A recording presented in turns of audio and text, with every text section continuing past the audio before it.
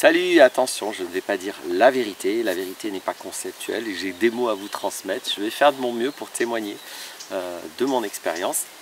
Je fais aussi une petite annonce avant tout, parce qu'il y a un stage sur l'échelle émotionnelle que j'ai annoncé il y a quelques temps. J'ai fait une vidéo ce week-end, il reste des places. Donc ceux qui veulent, vous tapez Laurent Martinez stage, vous allez trouver celui qui est ce week-end. Donc c'est le 28-29 je crois.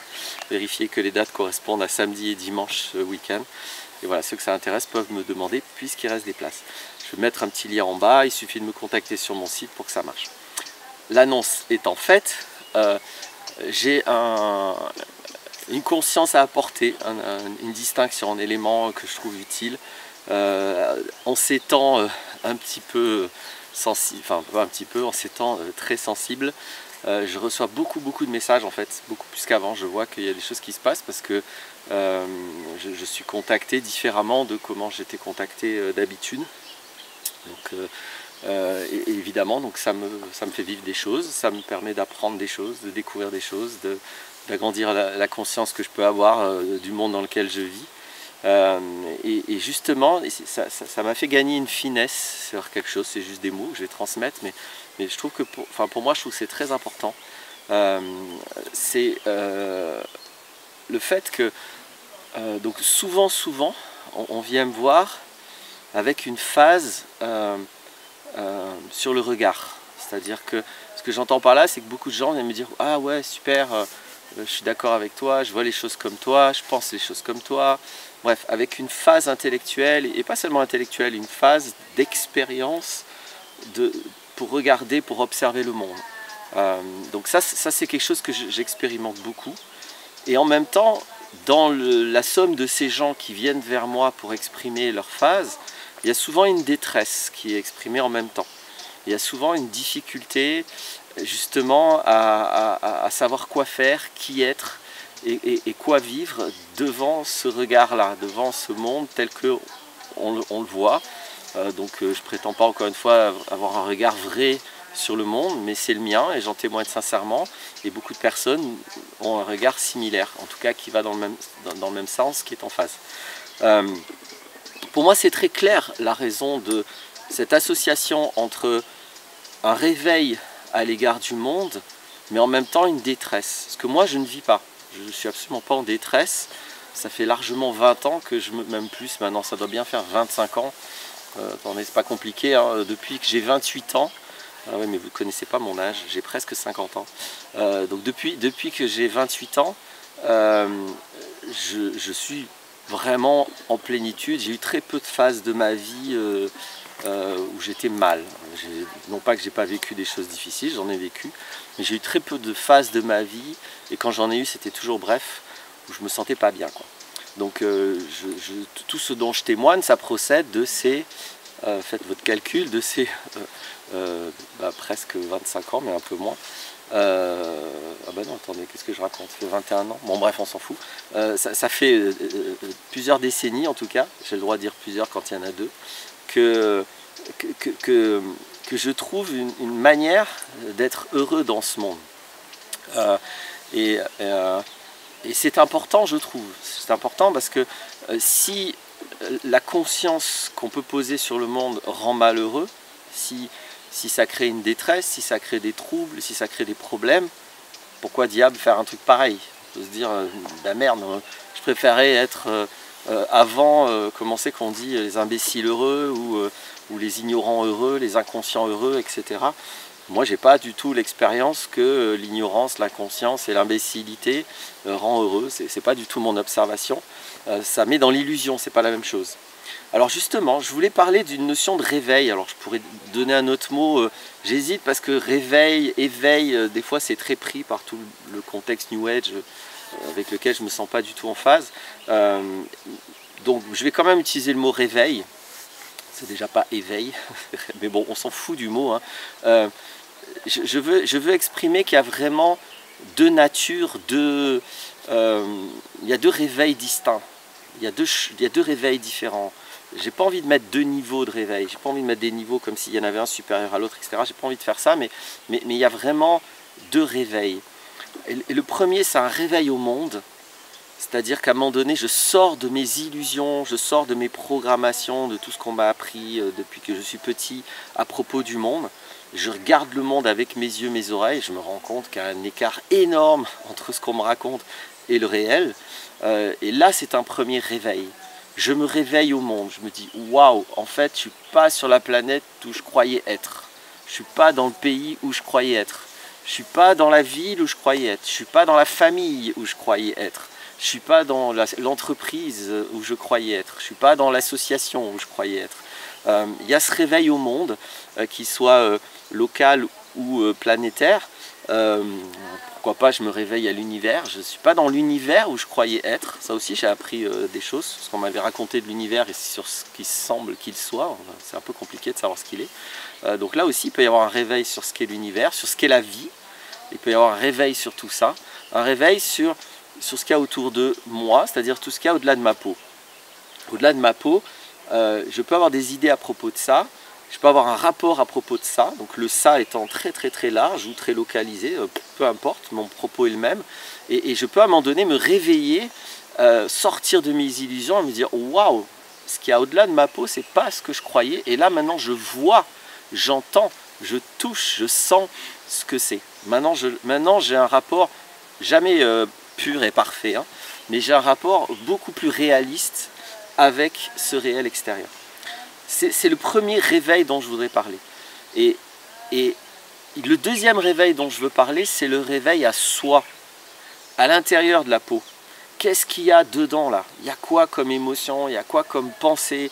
Qu'est-ce que je fais des sensations que je capte?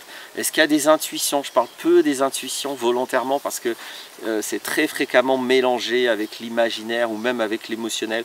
Donc je me dis déjà que l'humain soit clair avec ses sensations, ses émotions, son mental, c'est déjà bien. Après, il s'occupera de ses intuitions. Donc moi, j'en reste à ça pour l'instant. Mais ce réveil à ce que je suis, et là aussi, il peut y avoir une illusion monumentale. Il y a souvent une illusion monumentale sur ce que je crois être, sur ce que je pense être, et donc, en conséquence, sur comment je me vis. Donc le réveil à soi est absolument crucial. Et c'est lui qui permet de gagner un bonheur. Le réveil au monde, surtout vu l'état de la planète, c'est pas le plus agréable. On n'a pas l'impression de sortir d'un cauchemar, on a l'impression de rentrer dans un cauchemar. Et donc, si ceci n'est pas accompagné d'un réveil à soi, d'un changement radical de pensée, de vue sur soi, forcément, il n'y a pas d'harmonisation parce que d'un coup, je deviens totalement en décalage entre mes illusions intérieures et puis une réalité extérieure que je perçois beaucoup plus fidèlement. Donc s'il n'y a pas aussi une fidélité à ce que je suis, si je me fais des illusions sur moi, l'écart il est monstrueux, ça fait super mal. C'est terrible parce que je suis dans un monde, mais je ne sais pas m'adapter à ce monde, je ne sais pas exister dans ce monde, puisque je ne sais pas fonctionner avec moi-même, puisque je n'ai pas de conscience de moi-même. C'est-à-dire que si j'ai une conscience claire du monde, je vais être plus adaptable, je vais faire des choses plus adaptées au monde, puisque j'ai une conscience claire du monde. Si je crois que je marche sur de l'asphalte alors que je suis sur l'eau, je vais couler. Donc quand je suis clair avec le monde, je fais des choses adaptées. C'est pareil avec moi. Si je ne suis pas clair avec moi, je ne sais pas fonctionner. Je ne sais pas être heureux. Quand je suis clair avec moi, je sais être heureux. Je sais fonctionner. Quand dans le monde, je vois ici quelqu'un de malveillant, ici quelqu'un de bienveillant, et que je vois les choses clairement, naturellement, je vais aller m'amuser avec la personne bienveillante. Mais si je suis tordu dans mes impressions et que j'ai l'impression que le malveillant, en fait, soit il faut le sauver, soit il faut le comprendre, soit finalement en fait il est gentil parce qu'il dit qu'il est gentil, et ben je vais aller jouer avec le malveillant, puis je vais m'en prendre plein la gueule. Donc je ne suis pas adapté. Mais quand je suis dans un rapport fidèle, réaliste avec le monde, mes actions, mes choix sont harmonieux au plus possible, en tout cas selon ce que je souhaite. Et c'est pareil avec moi. Si je suis clair avec mon intérieur, avec pourquoi, comment j'ai des émotions, pourquoi, comment je pense ceci, cela, et est-ce que je suis clair que c'est que des pensées, c'est pas réel, est-ce que je suis clair que mes émotions, c'est que des émotions, c'est des alarmes, c'est pas réel, est-ce que je suis clair que mes émotions parlent de moi? Alors là, sur tout ça, allez voir, j'ai beaucoup de vidéos sur les émotions, les sensations, le mental, il y en a des tonnes. Donc toutes mes vidéos, enfin beaucoup de mes vidéos appuient cette conscience intérieure. Et bien sûr qu'une fois que je vois les dislocations, les décalages identitaires, les fractures identitaires, etc., bah évidemment que j'ai des actes à poser. De la même manière que dans le monde, quand je comprends qu'il vaut mieux aller là que là, bah il faut que je bouge là. Si je reste là en me disant « Ah ouais, j'ai compris, ah c'est trop bien, putain, je vois, c'est là qu'il faut que j'aille. Ah ouf, je me sens bien. » Et je reste là et je me prends l'arbre sur la gueule. Donc non, il fallait que j'aille là-bas. Si j'ai compris que l'arbre allait tomber, il faut bouger, ça ne suffit pas de comprendre. C'est pareil avec l'intérieur. Quand je vois mes troubles, il faut que je bouge, il faut que j'agisse, il faut que je fasse du mouvement, il faut que je mette du muscle.